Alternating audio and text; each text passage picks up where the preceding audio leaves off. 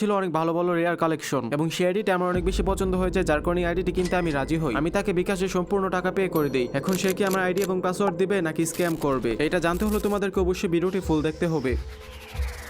Guys এতক্ষণ হয়তো তোমরা বুঝতে পারছো এটা হচ্ছে আমাদের আগের ভিডিওর সেকেন্ড পার্ট। গাইস ওইদিন তোমরা দেখতে পেয়েছিলে আমি কিন্তু সেই আইডি সেলারকে সম্পূর্ণ টাকা একদম পে করে দিয়েছিলাম। এখন যদি সে স্ক্যামার না হয় তাহলে কিন্তু সে আমার আইডি পাসওয়ার্ড কিন্তু আমাকে দিয়ে দিবে। তো এখানে আমি টাকাটা পাঠানোর পর লিখে দিই ডান। আর হ্যাঁ, তোমরা যারা যারা এটার এক নাম্বার পার্ট দেখোনি তোমরা ওইটাকে দেখে নাও। এরপরে আমি এখানে আমার বিকাশের লাস্ট নাম্বার ওকে পাঠিয়ে দিই। সে কিন্তু এখানে অনলাইনে ছিল, বাট সে কিন্তু আমার মেসেজ এখানে সিন করতেছিল না। এরপরে কিন্তু আমি এখানে লিখে দিই হ্যালো ভাইয়া। আমি এখন মনে মনে ভাবতেছি সে হয়তো আমাকে এখন ব্লক করে দিবে। এরপরে সে কিন্তু এখানে 5 মিনিট পরে আমার মেসেজ সিন করে এবং এখানে কিন্তু লিখে দেই ওই। আমি যেহেতু ওকে টাকা সেন্ড করে দিয়েছি, এখন আমার কোনো কিছু করার নাই, আমাকে এখন ওয়েট করতে হবে। এখানে হয়তো সে আমাকে এখন আইডি পাসওয়ার্ড দিবে, নয়তো আমাকে ব্লক করে দিবে। এরপর সে কিন্তু এখানে লেখে রিসিভ অল ক্লিয়ার, মানে সে কিন্তু এখানে আমার থেকে সম্পূর্ণ টাকা রিসিভ করছে এবং আমার থেকে কিন্তু আর কোনো টাকা সে পাওনা নেই। যেহেতু টাকা পয়সা লেনদেন সম্পূর্ণ ক্লিয়ার, এখন কিন্তু সে আমাকে আইডি পাসওয়ার্ড দিয়ে দিবে। এরপর কিন্তু সে এখানে নিচে লিখে দিয়ে আরো 5 মিনিটের মতো অপেক্ষা করার জন্য। তো আমি এখন নিচে লিখে দিই ওকে, কারণ সে হয়তো আমার আইডি পাসওয়ার্ড গুলো ঠিক করতেছে বা ফেসবুকে কোনো কিছু করতেছে। এরপর আমি কিন্তু এখানে 5 মিনিটের মতো অপেক্ষা করি। 5 মিনিট পরে সে আশ্চর্যজনক ভাবে কিন্তু আমার ফেসবুকের আইডি এবং পাসওয়ার্ড আমাকে সেন্ড করে দেই। এরপর আমি 1 সেকেন্ডও কিন্তু এখানে দেরি করিনি। আমি এখানে দেখতে পারতেছি এখান থেকে কপি করে কিন্তু এখানে আমি সম্পূর্ণ সেন্ড করতেছিলাম। অবশ্যই আমার এখানে কিছুটা ভয় করতেছিল। এরপর দেখতে পারতেছি আমি কিন্তু এখানে লগইনে ক্লিক করে দেই। ভাই আমার হার্টবিটও কিন্তু তখন অনেক বেশি বেড়ে গেছিল, আমি বুঝতে পারতেছিলাম না এখন কি হবে আমার সাথে। এরপর ভাই আমি মনে মনে যেটা ভাবছিলাম ওইটা হয়েছে। দেখতে পারতেছি আমি কিন্তু সেই ফেসবুক আইডিটি লগইন করতে পারিনি। গাইস এখানে স্ক্রিন রেকর্ডে কিছু গরমিল হতে পারে, কারণ এখানে কিন্তু ফেসবুক এটাকে অ্যালাউ করতেছিল না। এরপর কিন্তু আমি তাকে স্ক্রিনশটগুলো তুলে দেই, দেখো আমার ফেসবুক কিন্তু এখানে কাজ করতেছে না, এরকম কিন্তু আমি একটা কিছু বলি। এরপর সে এখানে আমাকে একটা ভয়েস পাঠায়, এটা তোমরা শুনো। আপনার এখানে হচ্ছে ভাই